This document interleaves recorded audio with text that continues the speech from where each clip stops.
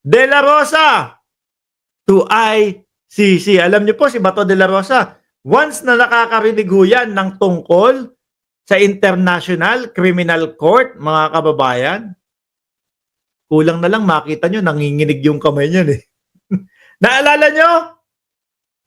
Nung si dating Senador Trillanes, mga kababayan, ano sabi ni dating Senador Trillanes? Eh, malapit na ho yan. Malamang ilang panahon na lang, ilang buwan na lang. Eh, ilabas na po ang arrest warrant. Ang sabi nga, ang unang hanay ay ang dating Pangulong Duterte. Nasa pangalawang hanay, itong sila Bato de la Rosa, mga kababayan. Magsusumbong daw po, we will go to the Supreme Court to seek relief. Sabi ni Bato de la Rosa. Oh, at pakinggan kaya ng Supreme Court. Basahin natin tong balita na ito. Oh. Sabi dito, mga kababayan, Manila, Philippines, we will seek judicial relief if the International Criminal Court really has jurisdiction here. Oh, hindi na nga yan, Bato.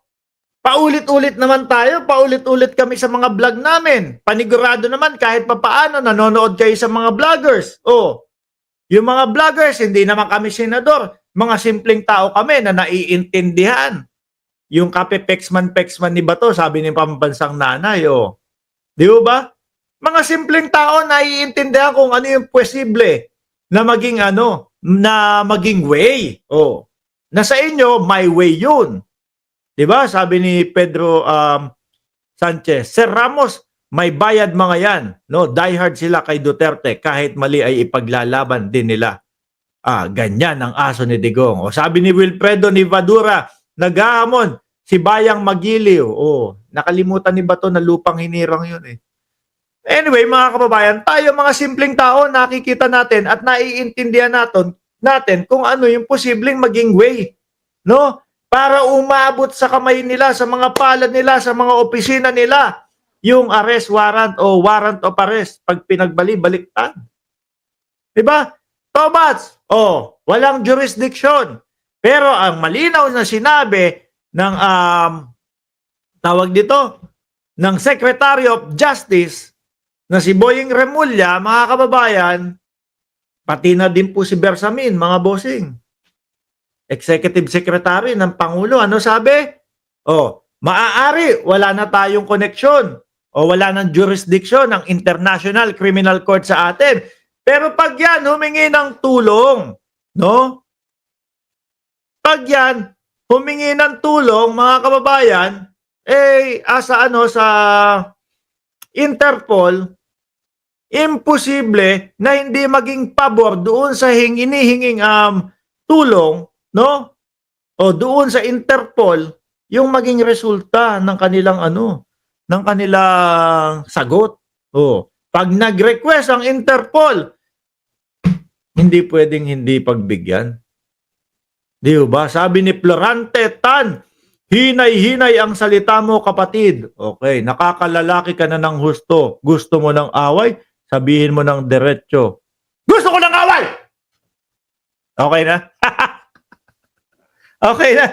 Ganun ba? Ano pa sasabihin ko? Yung mga mo naman, sasalitaan ganyan, wala kang picture. Hindi ko alam kung bakla ka o bading ka o ano. Nakatago ka naman. Tapos, sana, gusto mo ng away? Awayin ko kayong dyan mga DDS. Tapos, iyakan naman kayo. O, di ba? Okay, tuloy ko pa. Florante. Sabi ni Florante, ayan. Ina mo gagalit. Ano po? DDS nga. Mapagmura. No? Punta ka doon sa kabilang channel. Mumurahin din kita. These were the words used by Senator Bato de la Rosa. Hamunin natin ang bayang magiliw ang mga Pilipino. Si Tobats naman, bilang isang senador, hindi mo alam kung ano yung title talaga ng lupang hinirang, bayang magiliw. We will seek judicial relief if the International Criminal Court really has jurisdiction here. These were the words used by Senator Bato de la Rosa when he addressed on Monday the report that the Department of Justice has signified the Philippine government willingness to talk with ICC probers soon regarding former President Rodrigo Duterte. Alam nyo mga kababayan, ano po, dati nasubaybayan ko yan sa pagbablog ho natin, mga bossing. Dati ho, talagang sabi ng sabi po ng Department of Justice, nako, kapag kami lumapag dito na ICC at may inaresto sila, kami ang aaresto sa kanila. Ganun. Kaso ho, mga kababayan. Wala. Ngayon, iba na ho, mga bossing. Si Florante na ang pupunta sa akin. Ano daw? Saan ka nakatira? Ako ang pupunta sa iyo. Kung matapang ka, magsulat, lumantad ka. Ako Ano yan? Napipikon, no? Ang sarap pikunin ng mga DDS, mga kababayan. Ang sarap pikunin. Florante, halika. Dito sa Cayman Islands. Kapag hindi ka pumunta dito, ako pupunta sa iyo. Yung ulo mo, gaganon, hahawakan kong gano'n, no? Kikis-kising ko ng yung kukutusan ko, pug! Kukutusan kita kapag wala kang nagawa pag nasa harap mo ako. Yung mga yan, mga kababayan, mahilig lang pong ganyan yan. No? Halika, pupuntahan kita. Akala mo, no? Yung 20 pesos na bigas nga, hindi nyo ma-produce para panglaman sa sikmura ninyo. Pupunta ka pa dito. Anak ng tinapa. Cool. Ay, bahala ka na nga dyan, Florante. Wala ka naman mukha. Sabi ni Bato, may hamon. Come in here, ICC will go to the Supreme Court. Come in here, ICC. Ayan, ang tapang ni Bato. Come in here, ICC. Malapit na, Bato, maniwala ka. No? Yung mga kandidatur mo, kaya nga sabi natin kayo ni Bungo at ikaw, Bato, wag na kayong mga kandidato. Bakit? Sayang din. No? Sayang din. Bakit? Kasi ang mangyayari, mananalo si Bungo. Dadalhin din naman sa ICC. O wala din. Di ba? Hayaan nyo na yan. Ang isipin nyo na lang, saan kayang kamutehan ako pupunta? Ano? Saan kaya ang kuweba ako magtatago? Yan ang isipin nyo ngayon. Di ba? Come in here, ICC. We will go to the Supreme Court. We will seek judicial relief if the ICC really has jurisdiction here. Sabi, go away! You don't care about us! Leave us alone! Umiiyak na sa si Bato. We can do our job here. Tapos sasabihin ni pangalan nito. Sasabihin ni Bato de la Rosa, no? Ay nako. Iposasan nyo na ako.